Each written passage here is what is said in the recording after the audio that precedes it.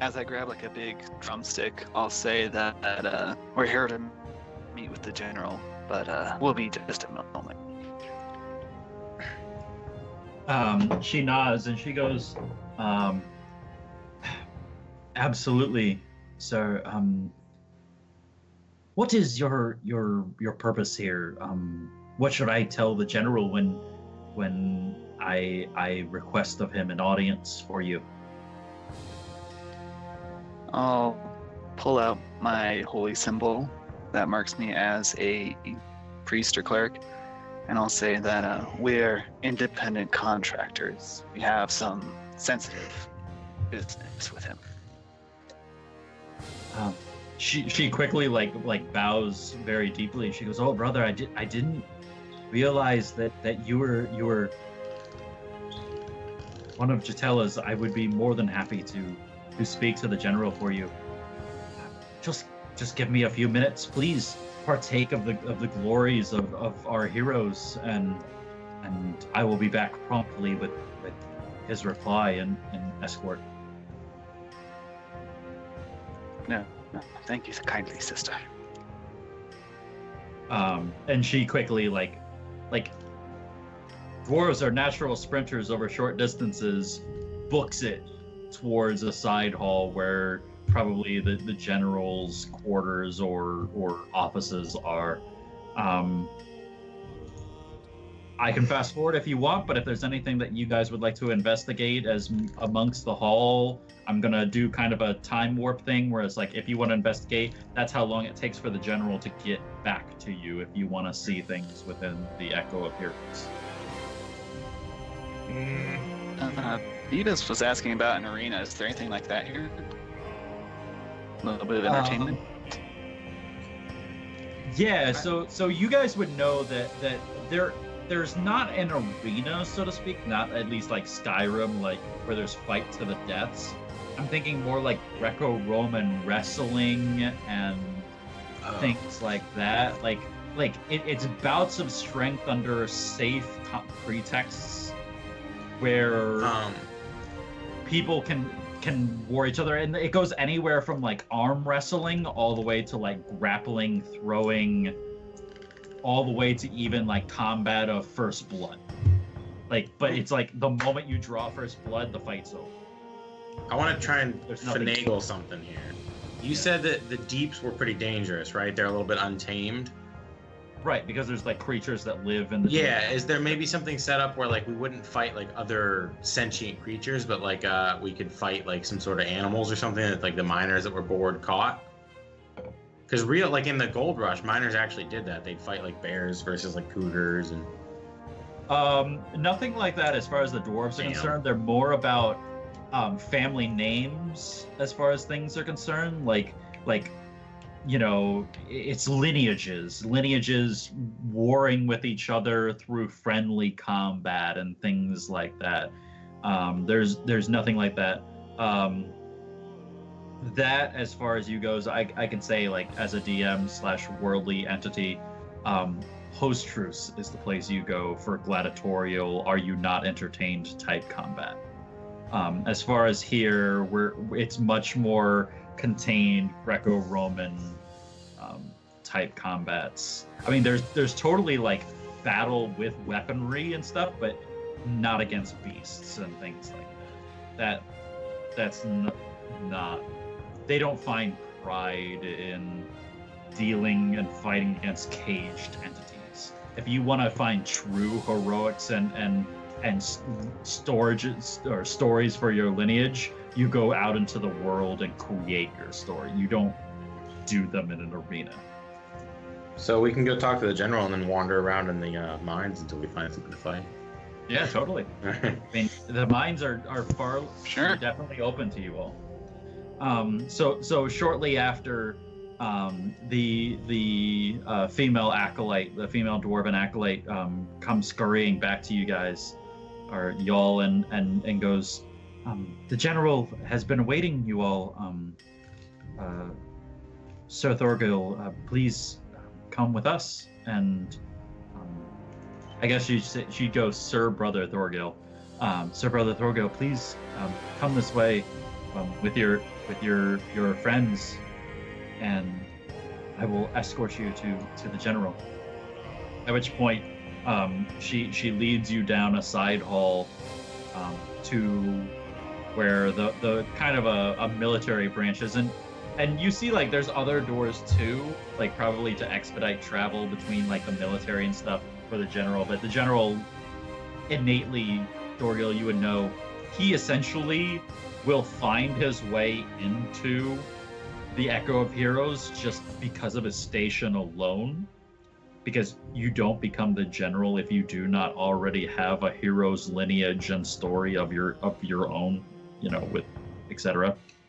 So basically, he's a living hero to Gaznik as far as things are concerned, and that's why his station is here. And you're led through a door where you see the general himself, and he's sitting there, and he's leaning back in a chair. He's got his big old metal boots kicked up on the table, and there's a younger dwarf in robes reading him, like what look like there's this giant stack of papers reading shit to him, because he's probably either too lazy or can't read.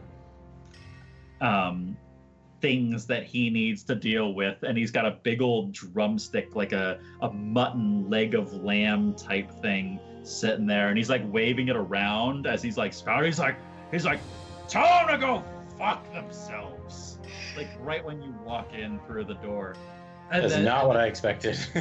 Yeah, and then like immediately upon you guys walking through the door, he goes, ha! And he slams his mutton chop down. He goes, Thorgil, my lad, come in.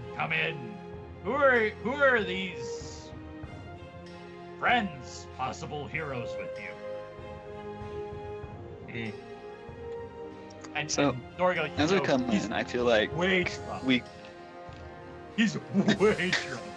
Yeah. Compared to like when you last saw him. Yeah, Dude. I feel like he would like come over and we'd just give a big old hug to each other.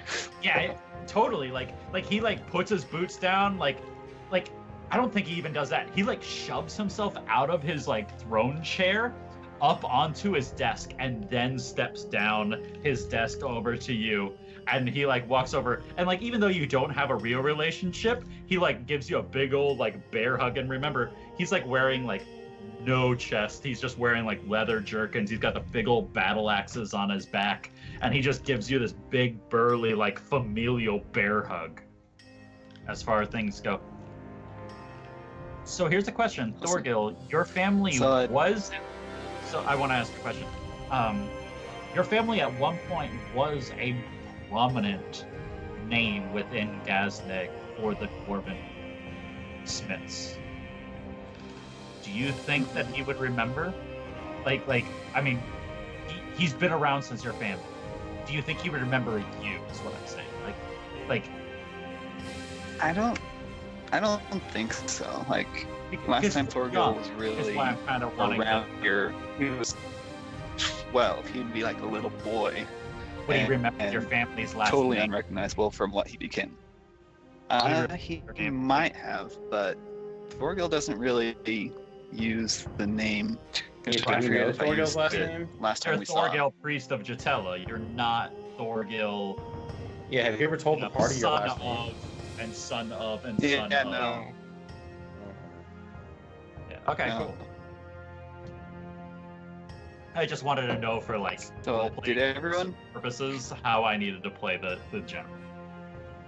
Yeah, but Oh, you guys okay. see this like he Did like comes everyone down- come in with us? Yeah, everyone's here with you, but he's specifically like All talking, right. and like he picks you up and like shakes you in this like friendly like ha ha ha ha ha, and then puts you down and He's What about- drunk and he's loud. How- So that's already two red flags for me to not like this guy. and he How goes, old come is in, he? come in. Like, how old And is he goes, can I get you anything? It's the hall, the echo of heroes. How old is he? You don't know, but he's noticeably older than Thor. He's still got the Okay, so like red mohawk, Brain. the and there's no gray in his beard with all the. I roll metal- investigation. Yeah, Beavis, you would probably, if you wanted, you could roll a history check. You would know at least his number of years of service. He's been the general for over 250 years. He's probably mid-age as far as dwarves. But his entire life has been within the Mithril Guard. And Beavis, even with that history roll, he's got, like, as far as CVs go, his CV is sick. Like, there's a reason that he's the general. You don't become a general. Yeah, he's a drunk dummy right now, but he's good at his job. Yeah, if combat is his, like, if he needs to wade into combat, he would slay hundreds of people before he goes down, like, without question.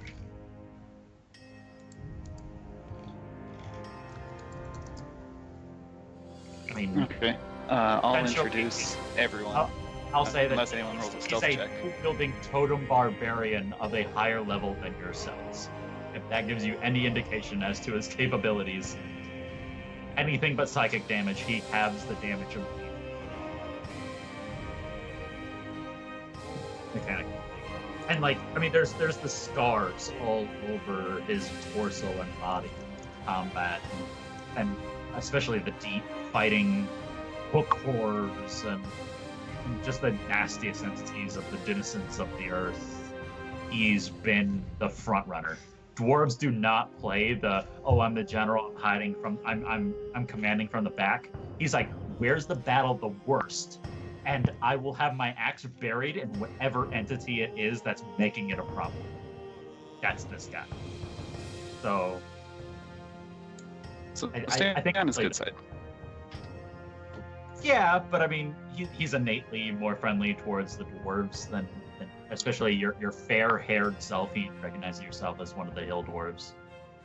But I guess I should technically rename them like rag dwarves and the hill dwarves because you don't hills. Yeah, so he hugs you. He shakes No one's trying to hide or anything. you down, looks at you all, and he goes, "So, what are you here for?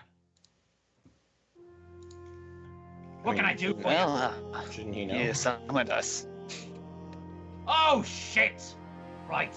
And he like quickly like starts snapping his really meaty dwarven fingers at the scribe that's been reading to him, and he's like,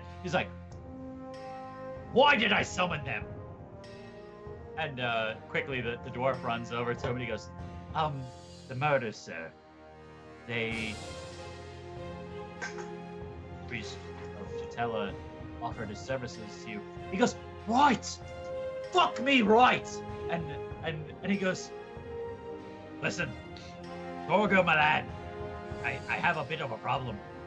And I really don't give a shit about it, but the gnomes are riding my ass like a goat." Reliable to do that. He's totally ignoring that there's a gnome in the party. I can sympathize. Triggers.